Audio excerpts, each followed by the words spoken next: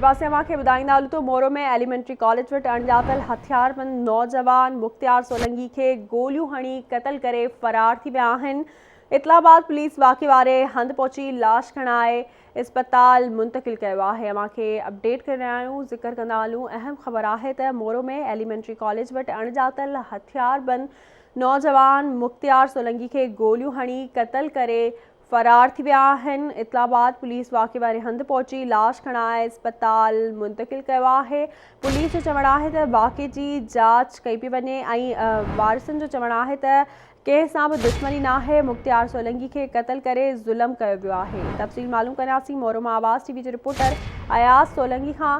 जी अयाज़, छा मामलो आहे?